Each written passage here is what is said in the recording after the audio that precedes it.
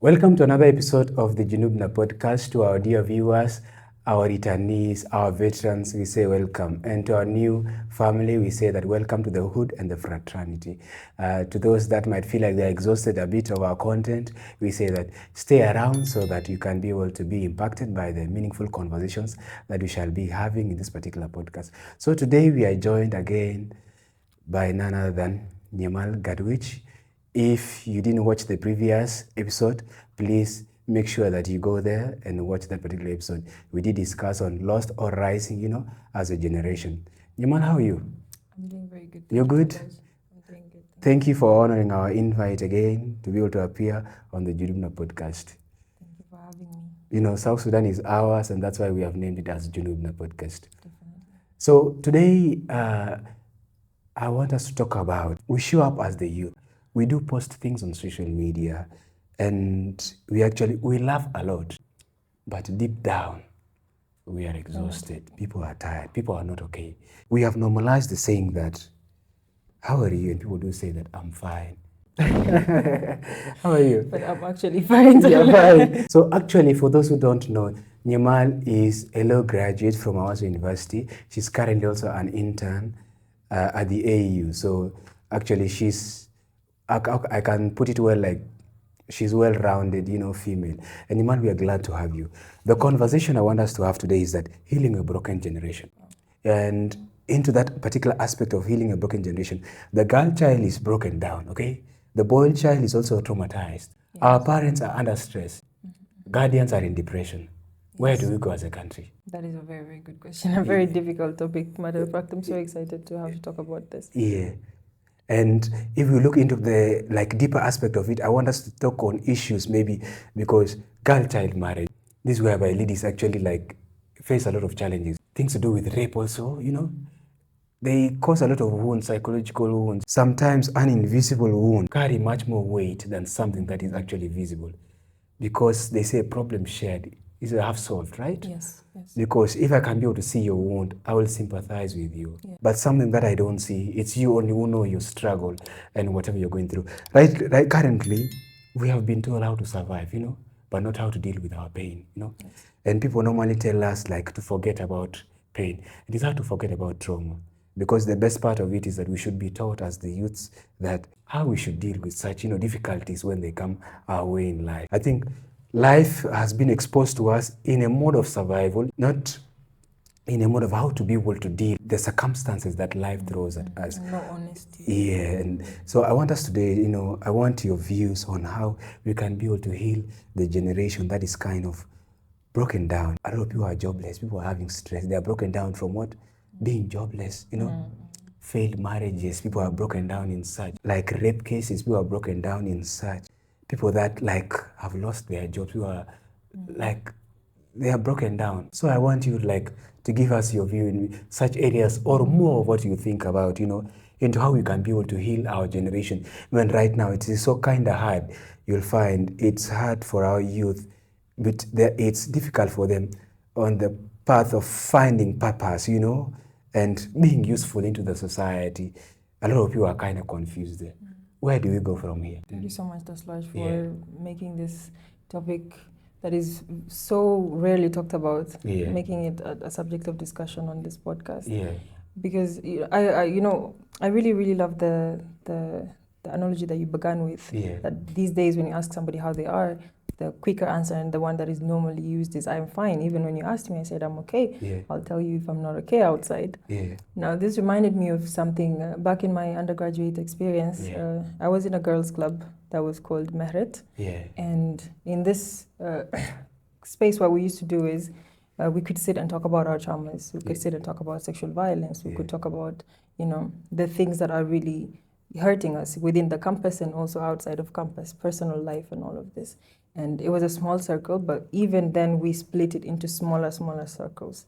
Because let's say in a space of 50 people, we will not sit and talk and I'll start to tell you about my trauma Yeah, to a room absolutely. of 50 people. Yeah. That's not going to be... Your privacy will be yes, kind of yes. compromised. Yes, I will not really feel like I'm in a safe space. Yeah. So what we did, we would divide into smaller groups of 3 or 4 or something. Okay. And then we start to sort of make friendships and discuss whenever we can, depending on our schedules. Okay. And from the statistics that we were able to raise after 6 months of discussion on sexual violence, Yeah. we were able to discover that at least 3 out of every 5 have been subjected to sexual harassment in some form or another.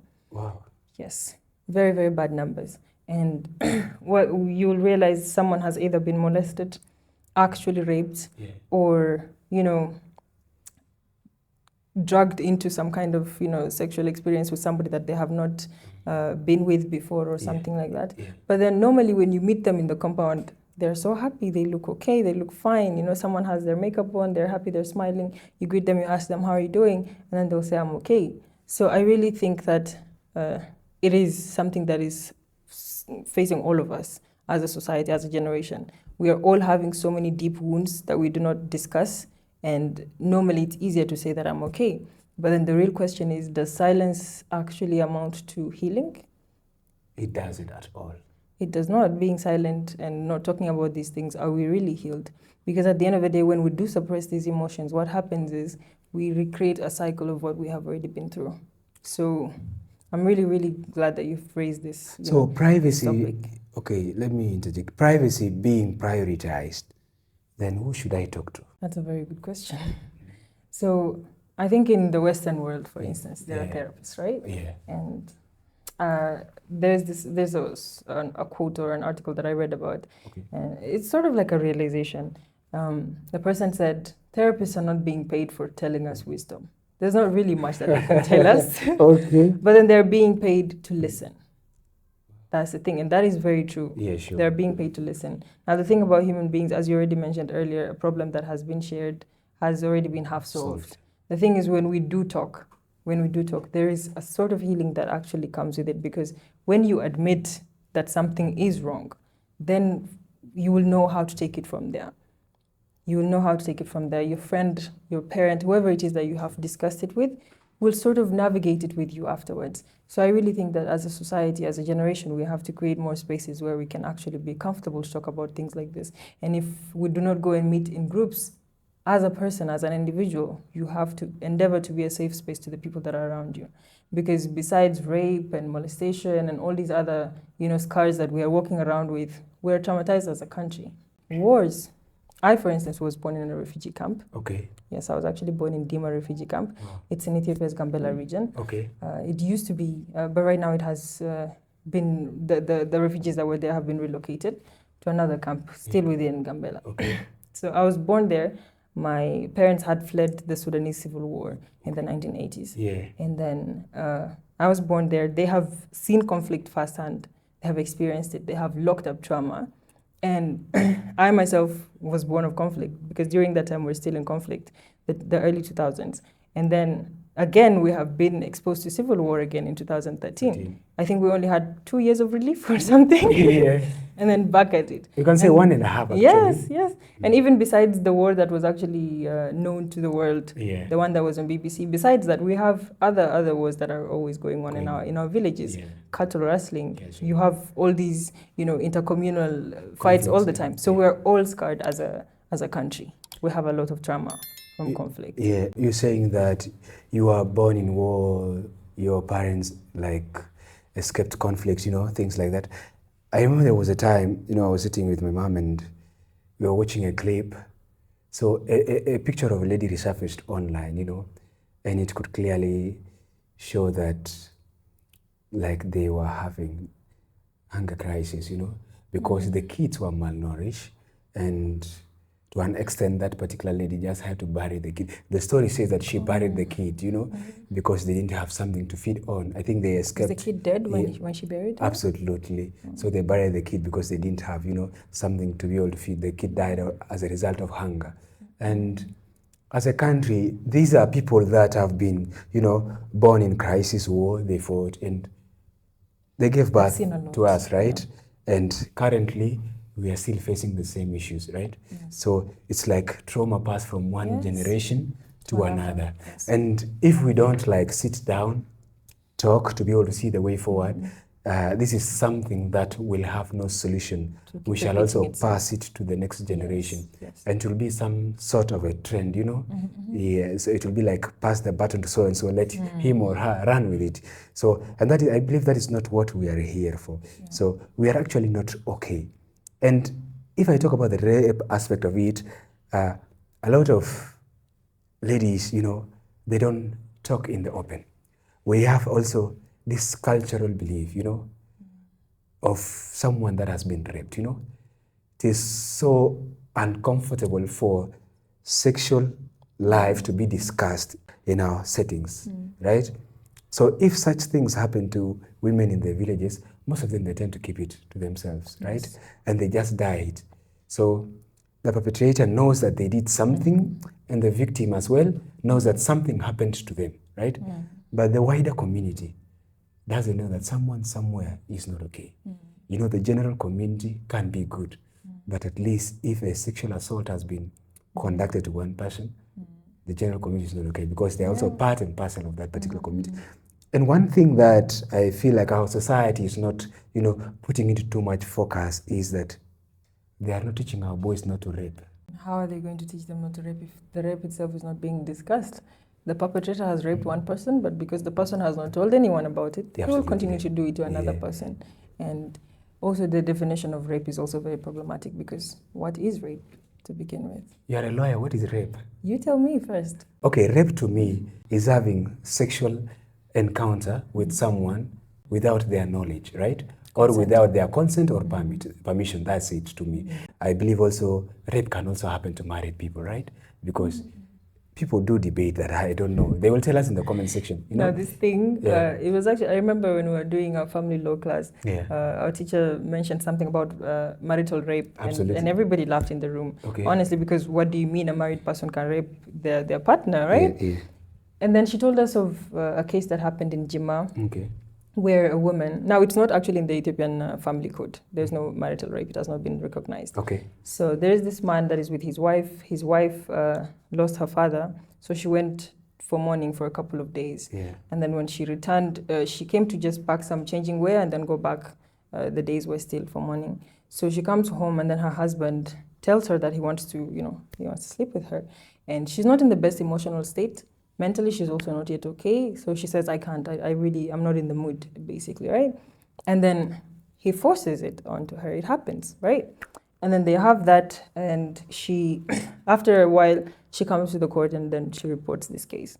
And then she says, I feel like I have been raped by my husband. I need some kind of moral compensation or punish him some way or another, right? Now, when you think about it in the right sense, do you think that what he did was okay? I mean, he just lost his father-in-law after all. He should not even be in the mood to begin with, right? Or would you consider that? Would you term that as marital rape? Would you consider that as marital rape? It's kind of ambiguous. Right? Mind-blowing as well. But then I would really like to know, would you consider that as marital rape? I don't know. So she did give us this example, and for a minute we actually all became silent in the room, because it was a very sad situation to talk about, right? But then, according to the laws, if there is no law, there is no crime, right? There's no law against it, so there is no crime. So since it has not been recognized in the Ethiopian legal system, there is no remedy for it. But we could be able to give her a moral kind of compensation, or some kind of, counseling, family counseling. So they did take them for marital counseling and all of this and stuff. So all of this, I'm just giving it as an example to say that the definition of what rape is itself is very ambiguous in our society. And that's a very, very big problem in how we can even talk about it. Because if it is not considered rape, it won't be talked about. For instance, we are raped by our boyfriends and our friends. And the first question that someone will ask you if you say, oh, so-and-so raped me, is, where were you when this happened, right? Oh, I was at his house. You went to his house. Right? End of discussion. End of discussion. Yeah, true, honestly. True. So like the word consent is what I was looking for when you defined it. So when the awareness has been created that if you have not consented to a certain kind of intimacy with anyone, whatever happens after that is something that is immoral, it is wrong, right? So when you have created that awareness and then also given them a safe space to even come out and talk about it, then they will talk about it more. they will talk about it more. But it is happening to so many people, and I really think that we're all dealing with a lot. A lot of NGOs in the country, they are taking the initiative against gender-based violence, and also most of them against rape as well. And I think that is something that is currently like coming to light and discussion as well. Because also recently, like the lady that was just like maybe like molested, you know, the incident that happened. And I think a sentence also was issued, you know. So these are the kind of things that as a community that they are currently coming into our light, you know. So, and also the other aspect of also people being broken. There was a graduate that I saw their story. It's hard for you to graduate and not have a job, right? It is. You'll be heartbroken. It is very hard. Imagine yourself now, 5 years of law school. And you don't have a job. How would you? It's not easy, of course. Yeah. It wouldn't be easy. It wouldn't, Yeah. honestly. And then the longer time it takes, the worse it gets. It's so frustrating. It can be very frustrating. And like, it kind of shocks me right now because we are just like 15 years old as a country, and we like they say that we cannot compare ourselves with other nations, right? But if we look into them, let's say a country like Kenya, they got their independence around 1960s. So by around the late 70s, they were like 15 years, right, into their independence, right?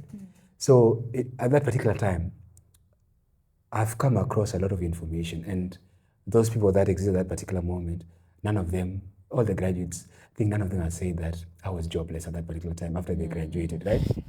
So it's kind of weird to an extent whereby you find someone graduating to a nation that is just 15 years old, then they say there's no job. You know, a guy graduated from Cairo. I saw the story online, and they were selling charcoal on the streets of Juba.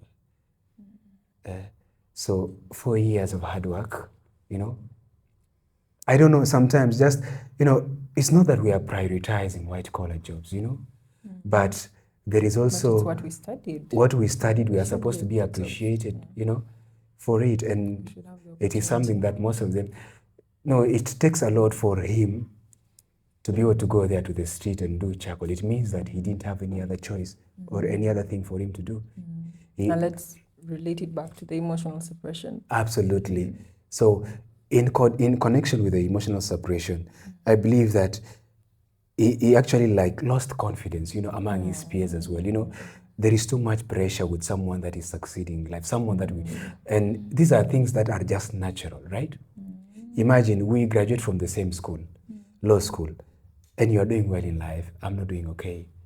My parents will subject me, you know, to your lifestyle, you know. They'll be like, why aren't you doing like Nyamal, you know? Such kind of thing. And emotionally, I'll be depressed, you know. In one angle or the other, even if I don't tell you, hatred might be within me because I'll be like, why do they have to refer me? Like, it should be like Nyamal each and every time. Such kind of things do happen. So right now, we have a huge population in the country that is traumatized due to unemployment. Yes, that is very true. Yeah. We do have that is happening. And to go back, there's actually a point that you mentioned earlier that I haven't commented on. Yeah. The fact that boy children are not, they're not taught to open up. To open up, actually. Open up. Yeah. Actually, there is a belief that if you open up as a guy, you are weak. Oh. Yes. So as a boy child, if you open up right now and start telling someone you're depressed. Yes, they will just define you like weak. So there is an angle whereby we are told to be strong. And actually, in that part of being strong, it weakens us to that point. Toxic masculinity. Toxic masculinity? Yes, I think that is the term for it. Really? What do you think? You've heard of toxic masculinity, haven't you? I've heard of that. This is one aspect of toxic masculinity, being told not to open up. Because there's one thing that we have to... true masculinity.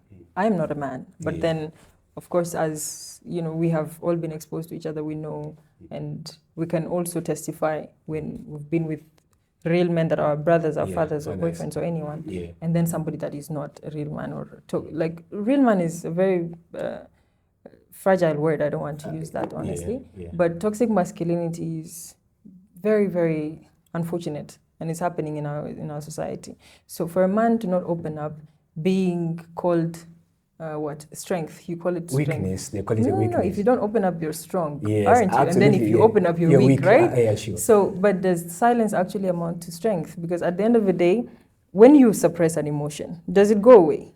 It doesn't. You feed it. Does more. not go You away. Feed it, yeah. It transforms into something else. Absolutely. It transforms into anger, Mhm. frustration, Yeah. and just fragility and all of these other emotions that you have not put into wording. Yeah. Now, what happens is when you have already bottled up all of these emotions, Yeah. it puts you in a cycle of repeating the things that you've been subjected to. For instance, the traumas, you go and end up traumatizing somebody else in your relationships, in your marriage. You commit gender-based violence and all of these other things because you have a lot of bottled up emotions that need to get out, but somehow you have caged them in there. They shouldn't get out. So they get out in other forms. So at the end of the day, it's not actually building you into a confident man. It's not building you into what is it? The word is a compassionate man. It's not making you compassionate in any way. And that strength that has been, put on it continues to stop you from opening up to anyone about it. So I really, really think it's toxic. It's not a good thing.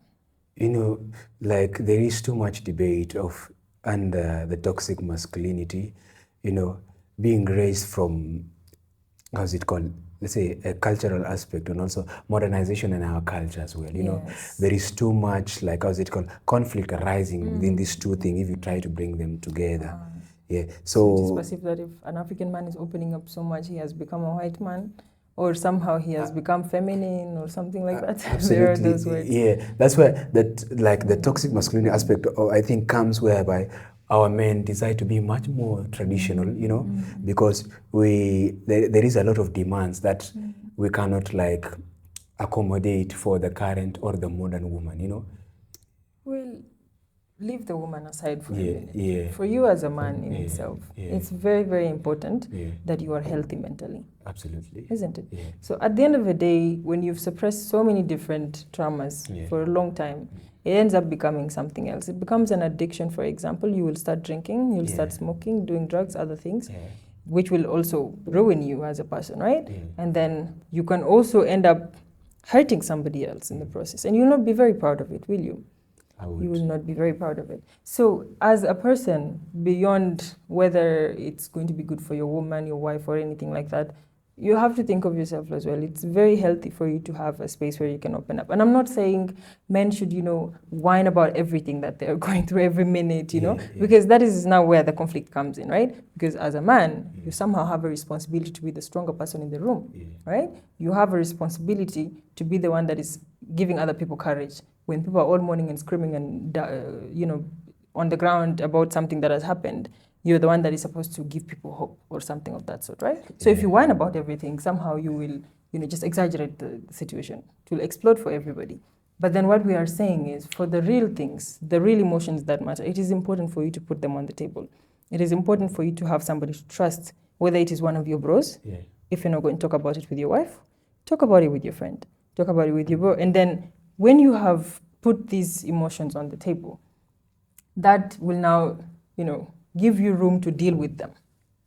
When you deal with them, you will not push that scar onto somebody else. You will not subject your wife to gender-based violence.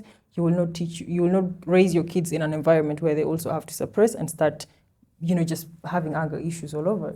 I believe that, opening up, your weaknesses doesn't reduce your strength, to any percentage or even any point, because it will make you even much more stronger. Your composure and other things will increase. How do you feel like silence can endanger, Silence is very dangerous, Talwaj. Okay. Honestly, it is very dangerous. And even to a legal degree, honestly. So I had an experience where I was working at the prison. I was a prison. I was there for about 3 months. And with many of the inmates, we got to interact with them, we got to interview them and ask them how they've been. Now the whole point of why we were having these discussions is something completely different. We were hoping that we could be able to discover some kind of loopholes in their cases and bring them back, request for appeal, and then they could maybe be seen again to be either given lesser sentences or dismiss the case altogether if they were really, falsely accused or something. Yeah. But then besides that, we got to talk to them on a personal level. We got to ask them how their life was when they were much younger before they engaged in all these violences. And some of them were very honest with us. So many of the ones that have been in there for violence, for murder and other kinds of, crimes, they grew up in settings where violence is all that they knew. They watched their father beating up their mothers. They watched their father get angry over everything, kicking dogs left and right, doing all these other things. Now, these fathers, I believe, they are angry because they have emotions that they have suppressed and have to get out. The anger has to get out one way or another. So they punch something. And unfortunately, if it's the wife that is in the space of that, they will become the punching bag. Silence kills. Yes, silence does kill because it transforms into something else. And then these kids growing up watching these things, they think this is the way to go. So that is how they also deal with their emotions, right? They're silent about it. A man has no reason to talk about things like this. It's petty, don't talk, And then at the end of the day, you end up killing someone. So then now you're a criminal, you're now in the justice system, and your life is all going to be wasted away in the sentence that has been given to you. So I really think that silence is more dangerous than we actually appreciate. We have to appreciate the depth of how dangerous it can actually be, not just in your relationships, but even in your civic participation as a person, as a citizen. How are you going to be a responsible citizen if you're out there just angry at everything? It's not going to be possible. And this is happening. Now, why I'm bringing this back is, because we talked about being scarred as a country. Yeah. We've seen violence absolutely. As a country. You've seen violence at a young age. Someone that is maybe 12, you're unable to comprehend what death really is, but then somehow you find, your mother has been shot. In front of you. They have come to take cows, and then somehow your mother has taken the stray. And then you've seen this happen. You've seen the violence. You've suppressed it. You're not talking to anyone about it. And then you think, oh, this is the normal way of life. This is how we are. So at the end of the day, even when you have the chance to shoot someone, you might shoot at somebody for sleeping with your wife or for doing something else, So I really, really think that it's very dangerous. At most, I believe that a huge percentage of, how can I say that, a lot of people that have committed suicide, I think the result, most of them come from, like silence at most. Because if they can be able to share whatever they are going through in life, I think a solution, could be like found in one or the other. But majority of people tend to keep things to themselves. And, we are not complete as human beings, I can't have everything that I want to myself. And, I can have questions and I will never have answers to themselves. And perhaps if I ask you right now, I can be able to get a much more satisfying answer than what maybe I would have generated as an individual. I could help you in deciding between two options that you may have. Absolutely. And tell you this is better. Yeah, and that's why currently a lot of people are committing suicide in the country, and we can attribute that most of it into trauma that has been, backed up by silence. Yes. From conflict, from economic pressure that we're having in our country, for instance. Yeah. A lot of people are not talking about their financial issues. And then what do they decide to do at the end of the day? Throw themselves off a building. Yeah. But if they talk to their bro about this, maybe their brother would have either lent them money, or if not, they would have given them a word of encouragement. Like, bro, you know what? Things do happen. Money goes, it comes back, this, that. And those kinds of advices can go a long way. Or even just somebody sitting and listening, paying attention, even without saying anything. It can go a long way in healing you. And at the end of the day, you may not decide to kill yourself. Now that we have accepted that people are emotionally, wounded, broken, people are socially wounded, broken, financially wounded, broken, culturally wounded and broken as well. Spiritual aspect of life goes in. Political aspect of it is also there. Yeah, we have political trauma a lot all over the place in South Sudan. So now, what can be a solution, into all this? Because there is hope, beyond the horizon at the end of the day. Yes. And even if how much problems we undergo as a society, as a country, as a community, we should always have hope that there are greater things, ahead of us. I feel like one of the key things that should be emphasized for my gender, I don't know how about you, because I feel like to an extent, the community has prioritized girl child wellness more than, the boy child currently, because if we are saying that the girl child has been left behind in the past, yes, they are trying to make the girl child cope up with the boy child. Well, to an extent also, I will be right to say that I've also been left behind, because I've not been taught on how to be able to deal with this particular girl as well, that has been brought into this space to be able to equal me, right? Yeah, so I've kind of been left. It's like the society has thought of me being perfect, but there are my imperfections that they haven't thought of maybe, working on and try to make me the better version of myself. And such, I might also end up being in trauma in one way or the other. But our society in general right now tend to maybe work on girl child. But I think I can encourage the men, I think, to be able to create safe spaces for themselves, because ladies do such. I just see that there is men conference, and such men conference, the only time I see them is when there is an heartbreak around, okay, when there is Valentine's, heartbreaks, and what else? Or if a man, the word simp is ambiguous, but if a man has done something flashy to a woman, they say that we have excluded so and so from the men's conference.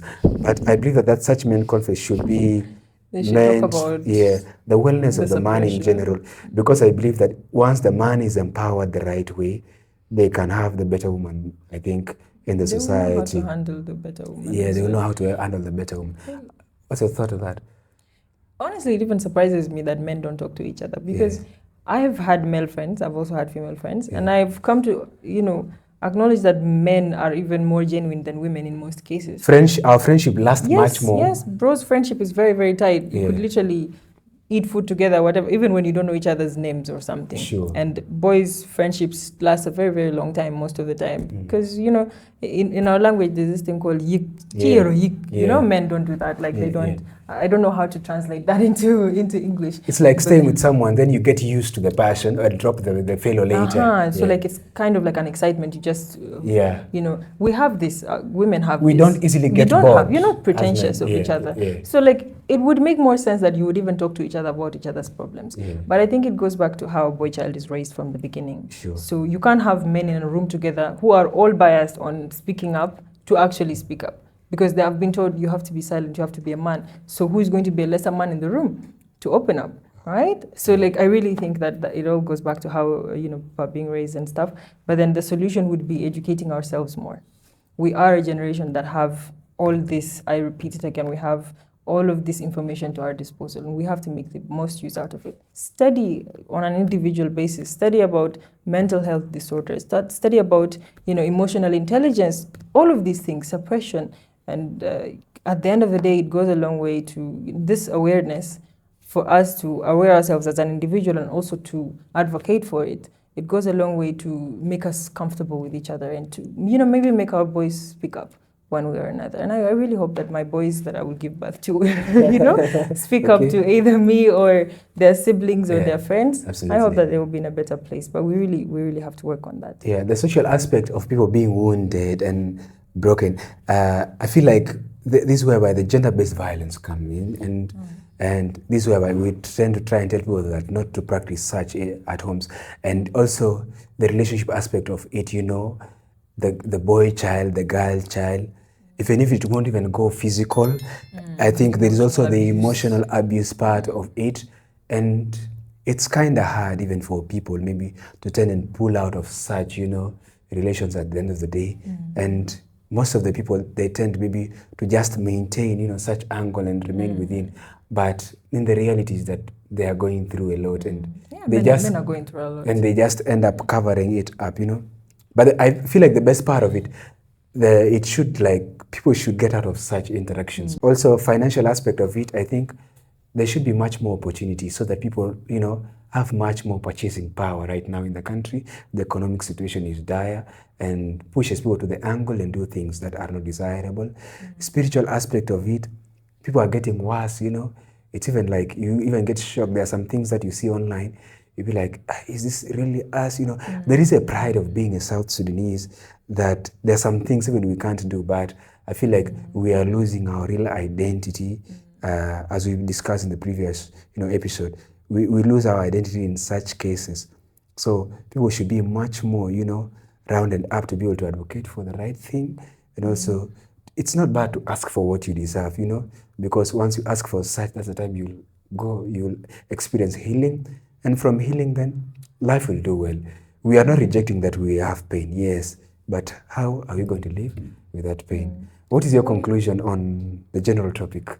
Well, honestly, it's been a very, very interesting topic, Dasraj. Thank you for having me. Welcome. And I think at the end of the day, we have to advocate for both genders. You did mention earlier that it is more popularized for girl child to speak up, all this. Yeah, sure. We have affirmative action supporting us. We have all these things, right, to our display. Yeah. And it might lead to a tendency of neglecting the boy child at the end of the day. Yet the boy child also has some challenges that they're dealing with. Yeah. So I really think that we have to advocate more on spaces like this and other spaces to, also push for the man to, open up and all of this. Because at the end of the day, your mental health equals my safety, right? Absolutely, yes, sure. Because I will now be free of gender-based violence and also other things. We will have a more healthy relationship, more friendships that are, building us than tearing each other down. Because if you're having all this anger inside of you, women are being pushed up, they have affirmative action, they have this, I'm being neglected, you will envy me and have, you'll do something about it. So I really think we have to advocate more for this. And men, as my advice would be, you have to, as a person, you have to be a safe space for your brother. Yeah. And then you also have to create awareness on mental health for men and speaking up and all of this. Law school graduate Nyamal, Gatwech, thank you for being with us today. Continue advocating for the girl child. Continue working well at the AU. Make sure that you give us a good representation the other side. And from us, the Julumna podcast, to our beautiful viewers outside there, we say thank you for reaching this particular moment. Make sure that you do anything necessary to be able to push this particular space into the next level. At Julumna podcast, we are unearthing greatness. Thank you.